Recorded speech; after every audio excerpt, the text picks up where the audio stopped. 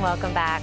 Well, one of the longest running community celebrations of our city's history and cultural heritage is in its 66th year and is just around the corner. Sarah Leach is here to tell us what we can expect this year at the Silver and Turquoise Ball. Sarah, let's start 66 years. Let's go back a bit. Oh, thank you. Yeah, let's talk about where it all started. Well, it started really with the Tucson Festival, which was a long-running, multi-week celebration of Tucson's history and culture and arts.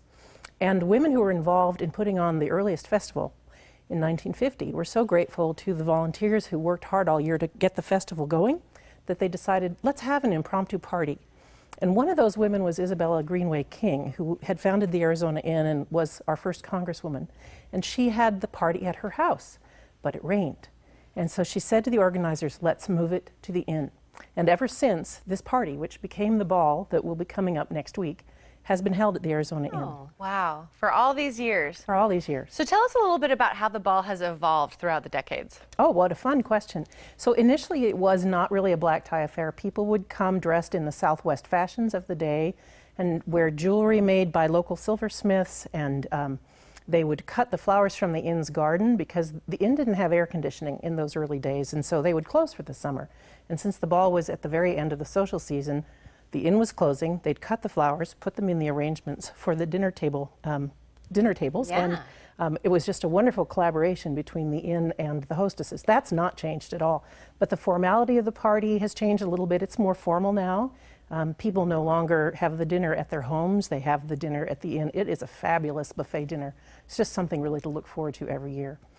What else has changed? Some things haven't changed at all. It's simply a wonderful celebration of this place we love and the people who make it a great city. Well, who throws it now? Who is the person that's in charge? The Silver and Turquoise Board of Hostesses puts this ball on, and that's been true for decades and decades.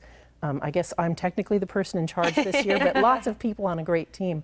And what a pleasure to put this beautiful party on. It's such a beloved tradition in our city, and it also does good for an important cause. Yes, let's talk about that. Since 1994, Right. we've been supporting a very special place. A very special place. So in 1994, the hostesses decided that the proceeds from the ball, which have always helped to preserve the local history and traditions, should be going to Mission Xavier and the ongoing restoration there. And it has been critical to support that because over the years, the structure of the mission and the art inside had become quite damaged. There were well-intentioned efforts in the 50s to preserve the building that actually were mistaken. People thought putting concrete over the outside of the building would protect it from the elements, but in fact it accelerated the deterioration. And so we've helped, we certainly haven't been the only helpers, but we have helped fund the restoration since '94, and what wonderful results from that effort that many people are part of. I think that's one great thing about doing this event every year is people can physically, visually see that it's giving to change. Right, that we it can is. see the restoration, we can see the results of all the hard work that's gone into this. Yeah, you can. So it's really a pleasure to be part of the story of Tucson, really preserving one of the most important monuments to our history here. And also the ball itself is keeping alive a tradition that's also part of that history and celebrates what really is the oldest community in Tucson. Absolutely. Sarah, are there any projects right now that are kind of underway? There are two that I think are particularly exciting, and one is that there's a statue that's called La Immaculada that's been in place since the 1700s, never had been touched for restoration purposes, and the conservators have just finished restoring her. She's been out of her niche now for a while, and she's about to be put back in,